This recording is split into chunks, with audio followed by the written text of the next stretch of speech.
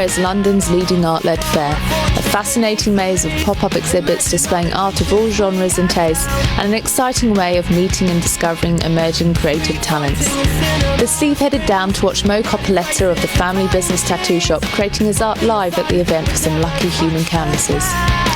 After completing his final limited piece, we found an ever so glamorous location to sit down for a chat. We're at the other art fair today. You've been tattooing all day. Now, you designed some prints specifically for today, but when I speak to people, they always say they want a tattoo that's personal to them, maybe it links to a memory or something they like. Did the people today find that link with the design? Well, no, we reversed it for once. Oh. So I went the other way around, really. I designed 4 things and they were up for grab, and maybe someone in the audience could relate to that particular design and pick it, and so that's what happened. Usually people come and then I design. For once I designed first and asked whoever wanted it, so pretty much the same thing. Did you get the impression that they did find a link? Like, did they like owls, for instance? Oh no, definitely. I mean, they really liked the girl I just tattooed. She wanted an owl forever, so it was a good opportunity. She entered the competition and she got it. So it's, it works out. How do you cope in these sort of scenarios where people are coming and watching you work? Obviously you're used to people milling around, but does it make you nervous, people watching you create your work? Or? No, not really. Tattooing is a bit of a second nature to me. I've been doing it for so long that I don't, I pretty much know the formulas and everything. So once it's worked out on paper and the concept is there, it's not very easy, but I feel quite comfortable tattooing under any circumstance. Can you go almost on autopilot, or do you always have to concentrate? No, definitely. There are parts of a tattoo where the concentration is it's higher, and other parts where you just execute, so it depends, but it was quite comfortable tattoo. Okay, good. I want to talk about the term other, because that implies being different from the normal, but people are saying that tattoos are quite mainstream now. Do you think that's a good thing for the industry in the long run, or does that worry you that it's becoming less alternative? What is alternative these days? Nothing is, because as soon as something is a little bit underground, it's probably broadcasted on YouTube or... That's true. Nothing is quite alternative. It depends what you do. I always say that no matter how mainstream it gets, at the end of the day, it's you, your customer, and a portion of bare skin. So what you want to do with that is like an artist with a canvas and some paint. What you want to do with it, it's really up to you. If you want to push the boundaries still and create something nice and unique and cool and interesting, it's up to you. If you want to dwell on your own formulas and carry on doing what you can do, it's really up to you. It's like every other artist. You can see thousands of them just milling always over around the same concept over and over, but it's up to you what you do with the canvas, really. So I don't mind being mainstream. And do you ever tell people, I really don't think that's a good idea, or I don't think that's the right way to go, or you don't agree with the concept that they've come up with? Does that ever? Well, at the shop, personally probably not, because now I think people that come to me, they're already primed, if you want, so they know already what I do, and they come and ask for that. But as a shop, at the shop, definitely we do. There's a great deal of consultations we do before, and educating the audience and the customer is a big part of achieving a good tattoo. And who do you think are the people that are inspiring people to get tattoos? Like, who are the celebrities that they come in saying, I want a tattoo like them, or I love how they look? Well, there is that, of course. There is a big factor that tattoo are being glamorized a lot. So singers, celebrities, sportsmen. But to tell you the truth, I can't think of a single celebrity with some decent tattoos. I mean, oh, really? It's a bit shoddy work, isn't it? I mean, if you go at the very top of the list of the quality tattoos, it's completely different. I mean, whatever. But definitely they're not the biggest source of inspiration. They're probably the biggest source of inspiration for the mainstream. But real custom fine tattooing is another thing. Okay, when you first got your first tattoo, who was it that made you want to get it? Was it a friend that had artwork on them? Back then it was just probably some bikers. He wasn't as cool as it is these days, so it was just, in fact, I got it from a biker shop, and first magazines that come from America and England, trying to explore this new world. So it wasn't, inspirations weren't just there, internet wasn't there. So. Yeah. And did you go with a design that had a link to a memory, or picked it from the wall? Just on that one? Old school, like it was the only options back then. Yeah. You go in, you pick one, you get one. That's it. And no regrets? The regrets are for other things, maybe in life. No, once it's yours forever. When you first started tattooing, I think you were 21, 22? No, older than that, I was 27. 27, okay. Well, how far into trying it out and experimenting did you find your kind of style? Because I think it just comes naturally, but... You need to master the medium first, and then you need to master the technique, and you need to find a way to express. So it's a slow process. Plus, I never drew before, so I was never inclined to draw for a living. I started when I started tattooing, and I did a great deal of it after that, night and days.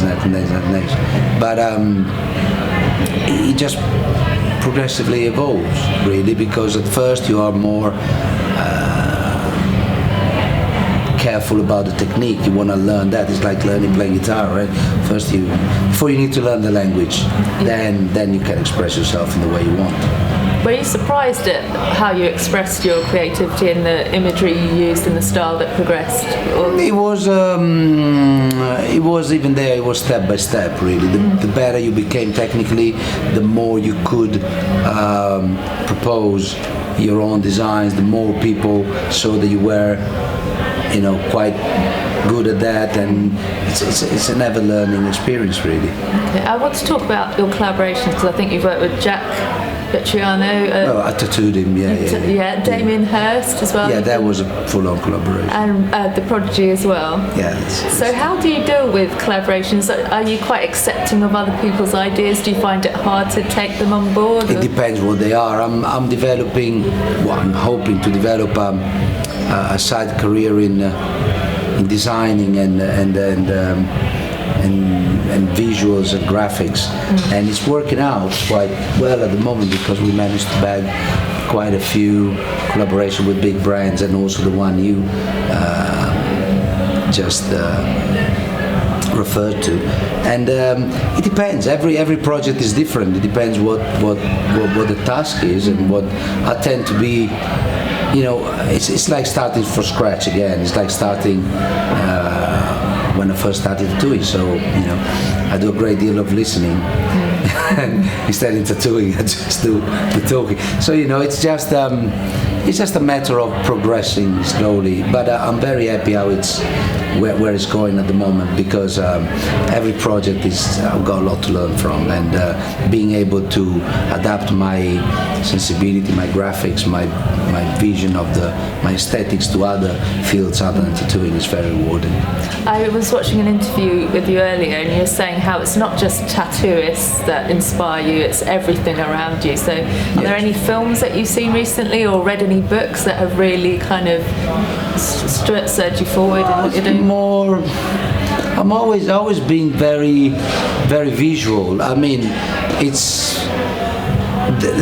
you can get inspiration from a lot of things. Architecture. Lately, I'm into a big futurism, 1920s futurism trip. So because I'm really into very strong, bold graphics, and so it could be this month, and next month it could be an exhibition that I see. It's very important to feed your brain with a lot of notions that also are outside your world, because it would be very, very stagnating to just always feed them tattoos, or whatever else. Yeah. So it's nice to get inspiration from all sorts of things, and it could be architecture, it could be graphics, it could be paintings, movies. And when you're creating your artwork, what's the environment that you work in? Do you have music playing? Is it Yes, a definitely. light room? No, I had to be by myself in my little studio home. It's me, my big cupboard of supplies, a big table, and my mediums could be anything. It could be oil, acrylics, watercolor, markers, pencil, wood, paper.